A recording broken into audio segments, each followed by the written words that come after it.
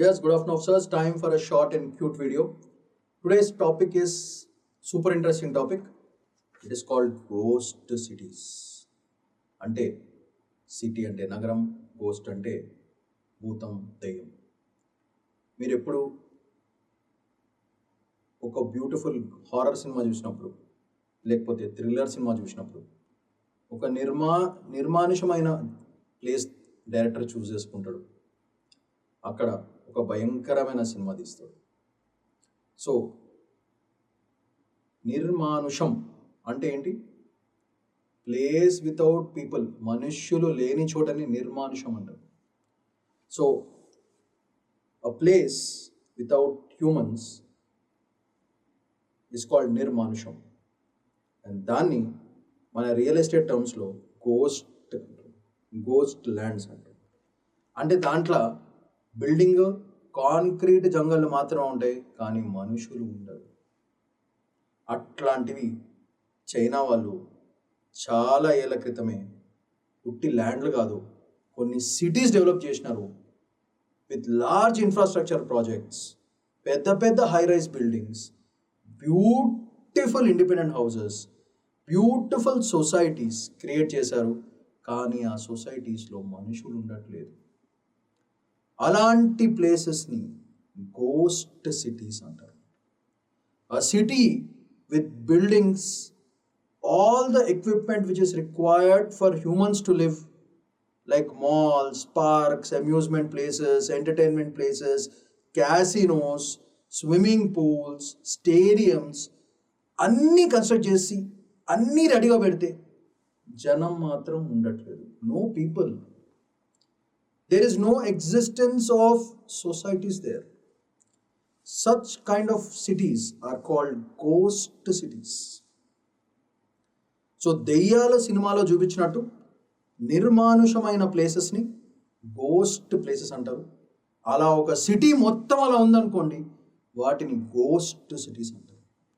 So ఈ ghost cities అనేది ఎందుకు, ఎలా, ఎందుకు డెవలప్ చేశారు, ఎందుకు అవి గోస్ట్ అయిపోయినాయి అనేది ఈరోజు వీడియో. దీంట్లో బేసిక్గా చైనా మోడల్ని తీసుకుని ఇండియాలో అట్లాంటి ఫ్యూచరిస్టిక్ సిచ్యువేషన్స్ ఏమైనా వస్తాయా, లేదా ఇండియాలో ఆల్రెడీ ఇట్లాంటి గోస్ట్ సిటీస్ ఉన్నాయా అనేది దాని మీద ఒక చిన్న video. Very important for economic development and futuristic పర్పస్కి, అండ్ రియల్ ఎస్టేట్ మీద భయంకరంగా దెబ్బతినే ప్లేసెస్. అండ్ మోస్ట్ ఇంపార్టెంట్లీ ఇది కాన్స్టిట్యూషనల్గా వ్యాలిడిటీ ఉందా లేదా అనేది ఈరోజు డిస్కస్ చేయడం జరుగుతుంది. It's a short video, 5 to 6 minutes. కానీ as UPSC aspirants you must know what are the impacts and the consequences of building such kind of cities అనేది very important. So ethics ఇంటిగ్రిటీలో కూడా మనకు ఒక క్వశ్చన్ వచ్చే chance ఉంటుంది. So that is a whole game. So let's look at this is how a ghost city looks like. చూసారా, ఇల్లులు ఉన్నాయి, జనాలు లేరు.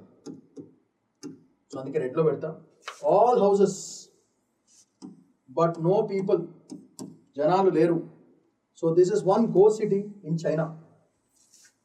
చైనాలో ఒక పెద్ద గోస్ట్ సిటీ ఇది. దాని పేర్లు అండ్ స్ట్రక్చర్స్ కూడా ఒకసారి క్విక్గా చూద్దాం. So what are ghost cities? First definition చూద్దాం.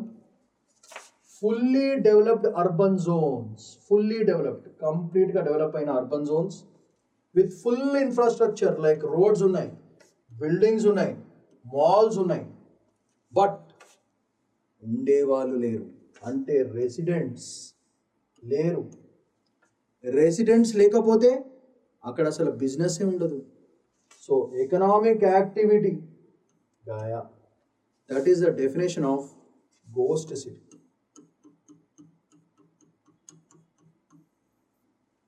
So cities exist physically, buildings, concrete jungles అన్నీ ఉన్నాయి, but population and functionality are missing. Photo చూడండి, పెద్ద పెద్ద బంగ్లాలు, నో పీపుల్. పెద్ద పెద్ద రో హౌసెస్, నో పీపుల్. పెద్ద పెద్ద ప్యాలెసెస్, నో పీపుల్, జనం లేరు. So these are the examples of ghost cities. అయితే దీంట్లో ఎందుకు వచ్చినాయి అనేది ఒక సింపుల్ ఎగ్జాంపుల్ పెడదాం. రెడ్లో పెడుతున్నాను ఎందుకంటే these are all the reasons why these cities, అంటే ఈ సిటీస్ కన్స్ట్రక్ట్ చేయాలంటే ఎన్ని వేల కోట్లు ఎన్ని లక్షల కోట్లు ఖర్చు పెట్టినట్టు ఒకసారి. It is not one building. ఒక బిల్డింగ్ రేజ్ చేయడానికే 4-5 కోట్లు అవుతుంది. అట్లాంటిది ఒక సిటీ నిండా బిల్డింగ్ లేపాలంటే ఎన్ని లక్షల కోట్లు ఆల్రెడీ ఖర్చు పెట్టేశారు. ఒకసారి చూద్దాం. So over ambitious urban planning వల్ల వచ్చే మేజర్ రీజన్ కాజెస్, దాని ఎక్స్ప్లెనేషన్, దాని రిజల్ట్ అన్నీ క్లియర్గా మీకు ఒక ట్యాబులర్ ఫామ్లో పెట్టాను, సో దట్ మీరు చదివేటప్పుడు ఈజీ అవుతుంది. So over ambitious urban planning, దానివల్ల infrastructure is built faster than population. జనం రాకముందే వీళ్ళు బిల్డింగ్ లేపేసినారు. ఎందుకు? జనం వచ్చేస్తారనే ఒక ఎక్స్పెక్టేషన్తో. దానివల్ల వితౌట్ డిమాండ్ లేని చోట్ల అసలు డిమాండ్ లేకుండానే సప్లై సైడ్ కొట్టేసినారు. నువ్వు ఎప్పుడైనా ఎట్లా ఉండాలి? Balance of demand and supply ఉండాలి. జనాలు కోరుకుంటే అప్పుడు అక్కడ పెట్టాలి, కానీ జనాలు కోరుకోముందే మీరు రియల్ ఎస్టేట్ అక్కడ దన్నా చేస్తే జనాలు రాకుండా పోతారు. సో ఇది మేజర్ రీజన్. దానివల్ల empty cities with high maintenance costs, ఇది major reason. First point about గో cities. Real estate as an investment, ఇది సెకండ్ పాయింట్. అంటే ఏంటి? దాని మీనింగ్ ఏంటంటే properties used as financial assets but not homes. So property, మీరు ఒక ల్యాండ్ కొన్నారు, ఆ ల్యాండ్ ఎప్రిషియేట్ అవుతుందని కొనేసినారు. ఓ బిల్డింగ్ కొన్నారు, దాంట్లో ఏవో కాంప్లెక్స్లో కట్టేశారు, వస్తాయని ఆశతో కట్టేసుకుంటున్నారు. సో ఒక ఇన్వెస్ట్మెంట్ లాగా చూశారు కానీ ఇల్లు లాగా చూడలేదు. దానివల్ల వచ్చే ప్రాబ్లం, దట్ ఈస్ రియల్ ఎస్టేట్ని ఇన్వెస్ట్మెంట్ కింద చూస్తే అది ప్రాబ్లం. దానివల్ల ఎవరు కొనరు, that means unsold and unoccupied, ఎవరు రారు అట్లాంటి ఇళ్ళకి. ఇలాంటిది ఆల్రెడీ యుఎస్లో జరిగింది. దానివల్ల మొత్తం సబ్ప్రైమ్ క్రైసిస్ అని ఒకటి స్టార్ట్ అయింది, సబ్ప్రైమ్ క్రైసిస్ అని. దానివల్ల జనాలు ఇష్టపడి లోన్లు తీసుకున్నారు, కట్టలేకపోయింది. ఇట్లాంటిది రియల్ ఎస్టేట్ వాళ్ళు లోన్ తీసుకుంటారు, కడతారు, ఎవరు ఆక్యుపై చేయరు, బిస్కెట్ అయిపోతుంది. అది danger. Next, GDP focused governance, అంటే local governments built cities to meet growth targets. ఇది major point. Third point is very important point. దీనివల్ల ఆర్టిఫిషియల్ జీడిపి గ్రోత్ పెరుగుతుంది కానీ యాక్చువల్ యూజ్ ఏమీ ఉండదు. Is the third strategic point are effect of that ghost houses. Developer over leverage. So builders took massive loans expecting high returns, అది పెద్ద biscuit అవుతుంది. దానివల్ల defaults, లోన్లు కట్టలేరు ఎందుకంటే జనం కొనరు కాబట్టి. దానివల్ల ఎగ్జాంపుల్ ఎవర్ గ్రాండ్ కొలాప్స్, ఫటా. హుకో సిస్టమ్, ఇది చైనా వాళ్ళది.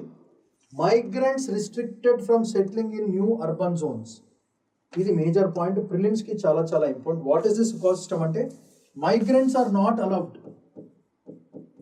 in such beautiful places. అది ఓన్లీ ఫర్ లోకల్స్ అని పెడతారు. దానివల్ల మైగ్రెంట్ సెటిల్ గారు, మైగ్రెంట్స్ దగ్గర డబ్బులు ఉంటాయి, ఆ డబ్బులు అక్కడ స్పెండ్ చేయమన్నారు. దానివల్ల ఏమైతే సిటీ అంతా ఖాళీగా పడి ఉంటాయి. ఎందుకంటే వాళ్ళ ఫీలింగ్ అనేది మైగ్రెంట్స్ వస్తారు, కడతారో లేదో డౌట్తో మైగ్రెంట్స్ని అట్లాంటి ప్లేసెస్ని ఆక్యుపై చేయలేదు. దానివల్ల లోకల్స్ రాలేదు, మైగ్రెంట్స్ కూడా రాలేదు. మొత్తానికి ఎవడైతే బిల్డర్ ఉన్నాడో వానికి పెద్ద డక్క పడిపోతుంది. So that is Hukou system. Cities built but population stayed rural. This is another important point you can mention. This is another beautiful example you can mention. So ఇది చాలా ఇంపార్టెంట్ మనకి. So these are the things with respect to this one. You can mention this as a very beautiful example. యాక్చువల్గా ఈ హుకో సిస్టమ్ని మనము ఇండియాలో ఎక్కడ implement చేయకూడదు అని ఆల్రెడీ ప్రూవన్ సిస్టమ్ ఇది. సో దీంట్లో మనకున్న ఎగ్జాంపుల్స్ ఏంటో చూద్దాం. What are those beautiful places where buildings are beautiful, infrastructure is fantastic, చాలా హై హోప్స్ కడతారు కానీ బిస్కెట్ అయిన సిటీస్ పేర్లు చైనాలో ఉన్నాయి, ఇండియాలో కూడా ఉన్నాయి. అవేంటో ఒకసారి క్విక్గా చూద్దాం. సో కాంగ్ బాషి చైనాలో ఉంది. 10 లక్షల మందికి సరిపోయే ప్లేస్ని వాళ్ళు కట్టారు. బట్ ఓన్లీ 2%, అంటే 20,000 మందే దాంట్లో నివసిస్తున్నారు. Semi populated later by state mandate, biscuit అయిపోయింది. This city Kangbashi, biscuit. Next Tianducheng చైనాలోది. ఫ్రెంచ్ స్టైల్ ఆర్కిటెక్చర్ కట్టారు, largely vacant. Biscuit. Next Naypyidaw, ఇది మయన్మార్లో కట్టారు, హైలైట్ అది. మంచి రోడ్లు but empty buildings, minimal usage despite being the capital. Myanmar capital అయి ఉండి అక్కడ కూడా బిస్కెట్. నెక్స్ట్ కిలాంబా, అంగోలాలో కట్టారు, China funded city, too expensive for locals. Locals కొనలేరు, లోకల్స్ దగ్గర ఇన్కమ్ 1000 రూపాయలు ఉంటే ఆ 1,00,000 రూపాయలు పెట్టారు ఒక కిలో, ఎవరు కొంటారు? కొనలేరు. దానివల్ల వేకెంట్ ఫర్ లాంగ్ పీరియడ్స్, ఇది పెద్ద బిస్కెట్. లవాసా, ఖతర్నాక్, ఇండియాలో ఫస్ట్ ప్రైవేట్ ప్లాన్డ్ సిటీ, పెద్ద బిస్కెట్ అయిపోయింది పాపం Lavasa. Delays, poor response, incomplete event till today. Next Amaravati, ఇక మనం చెప్పాల్సిన అవసరం లేదు. India planned as Andhra's capital, కానీ పెద్ద బిస్కెట్ పడింది. ఇప్పుడు మళ్ళీ ఏదో చేద్దామని ప్లాన్ చేస్తున్నారు. Stalled after political change. So these are all the important cities which are called the ghost cities. Infrastructure super, building super, everything super, but no people. So it was a super flop show. So photo చూడండి, this beautiful photo, this ఇంత high rise building చూడండి ఒక్కొక్క side ఒకటి. ఇది Kangbashi China. This is Kangbashi China, is another ghost city. Kangbashi China, ఇది పరిస్థితి. టియాన్డు చెంగ్ China, ఇదైతే highlight అసలు. ఇది మన ప్యారిస్ ఐఫిల్ టవర్ లాగా కట్టారు ఆ బిల్డింగ్ అంతా. ఒక మీకు తెలుసు ఫ్రెంచ్ ఐఫిల్ టవర్, ఇది మన ఏంటిది ప్యారిస్ స్టైల్లో కట్టారు, పెద్ద బిస్కెట్. ఐఫిల్ టవర్ లా కట్టారు, ఎగిరిపోయింది మొత్తం. సిటీ అంతా ఖాళీ, no population, biscuit. It is at Tianducheng. So this can be asked as a prelims question. So ప్రిలిమ్స్కి చాలా చాలా ఇంపార్టెంట్ ఇది. Which city is a copy paste of the Eiffel Tower అని అడగచ్చు. అప్పుడు మీరు Tianducheng which is in China. Next ఇది మయన్మార్ది, న్యాపిడా మయన్మార్. ఇది కూడా ఒక టెంపుల్ లాగా కట్టారు మంచిగా, జనం రాదు. ఇది చైనా, మయన్మార్ ఇంకా లో ఉన్న ప్లేసెస్. నెక్స్ట్ కిలాంబా అంగోలాలో, ఇది చూడండి బ్యూటిఫుల్ రో హౌసెస్, పెద్ద బిస్కెట్ అయిపోయింది. నెక్స్ట్ అమరావతి, ఎంత చక్కగా కట్టారు చూడండి, ఇది కూడా బిస్కెట్ అయిపోయింది విజయవాడ దగ్గరలో. నెక్స్ట్ లవాసా ఇండియా, ఎంత చూడండి మంచి వాటరు, హౌజులు, ఇక్కడ హౌజెస్లో జనాలు. సో ఇలాంటివి examples of ghost cities in India. So ఇది వెరీ ఇంపార్టెంట్. ఎందుకు ఇవన్నీ జరిగినాయి అనేది ఇంపార్టెంట్ మనకి యూపీఎస్సీ యాంగిల్లో.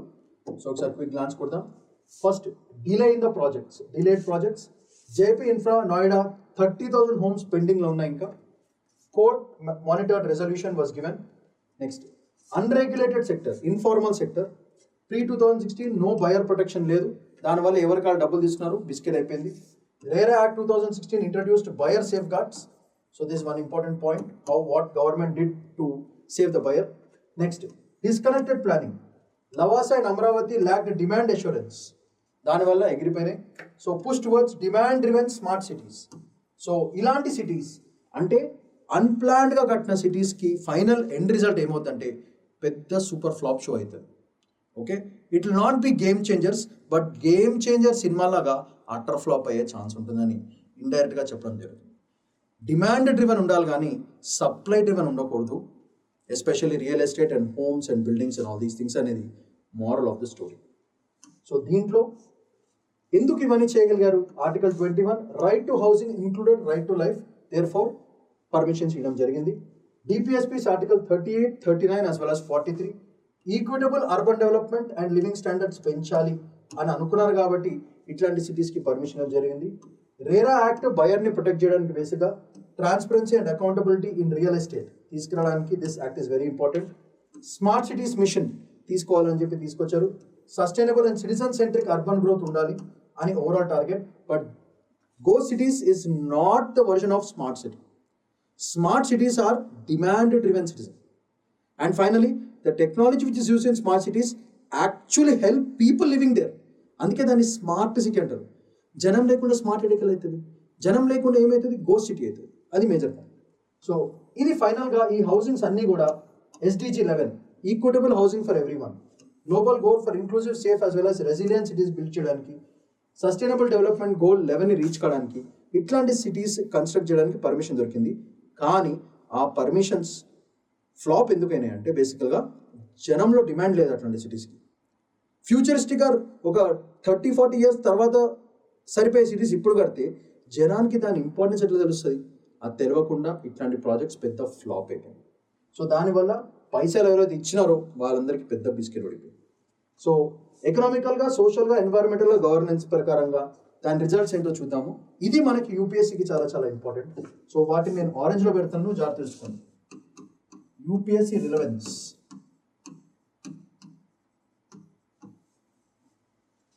Economic, social angle, environmental angle and governance యాంగిల్లో ఎలా దీన్ని మనం అనలైజ్ చేసుకోవాలో ఒక చిన్న టేబుల్లో చూసాను. సో దట్ మీకు రివ్యూ చేసినప్పుడు చాలా చాలా యూస్ఫుల్ అవుతుంది. సో దీన్ని మనము ఏం చేద్దామంటే లైట్ బ్లూ కలర్ పెట్టి పెడదాం. ఎకనామికల్గా what are the things? Asset bubbles create అవుతాయి just like the US. NPAs అంటే నాన్ పర్ఫార్మింగ్ ఎసెట్స్ అవుతాయి. ఎందుకంటే ఇల్లు కట్టారు, లోన్ తీసుకున్నారు, ఇల్లు కట్టారు, ఇల్లు ఆక్యుపెన్సీ లేదు, లోన్ మాత్రం మీరు తీర్చాలి. సో అక్కడ జనం రారు, మీ డబ్బులు రావు, మీరు లోను కట్టలేరు. సో ఆ లోన్ ఏమైపోతుంది? నాన్ పర్ఫార్మింగ్ ఎసెట్ కింద తయారవుతుంది. సో బ్యాంకుడికి బొక్క, నీకు బొక్క, ఫైనల్గా ఆ హౌస్ ఫైనల్ కొట్టి పడేస్తారు. So they become non performing assets and finally wasteful investment అయిపోతుంది. అట్లానే సోషల్ యాంగిల్ ఏంటి చూద్దాం. Urban exclusion, because these cities బేసికల్గా ఏమవుతుందంటే they can be affordable only by the top 1% of the top 2% of the population. మరి మిగతా 98కి అట్లాంటి హౌసులు దొరకవు, దానివల్ల డివైడ్ పెరిగిపోతుంది. సో సోషల్ అర్బన్ ఎక్స్క్లూజన్ జరుగుతుంది, rising inequality and mistrust in housing. So these are all very very important points that you have to mention because of these building such kind of go cities. And finally environmental impact ఏంటో ఒకసారి చూద్దాము. High emissions during construction with no utility. భయంకరంగా housing చేస్తారు కానీ వాడకం లేదు, దానివల్ల construction పరంగా, ఎకనామికల్ పరంగా చాలా భయంకరంగానే దెబ్బతింటుంది. అండ్ కార్బన్ ఫుట్ ప్రింట్, బేసికల్గా ఆ బిల్డింగ్స్ కన్స్ట్రక్ట్ చేయడానికి కార్బన్ ఫుట్ ప్రింట్ భయంకరంగా పడిపోతుంది. దానివల్ల ఎన్వైరన్మెంటల్ డ్యామేజెస్ క్రియేట్ అవుతాయి. Environmental damages,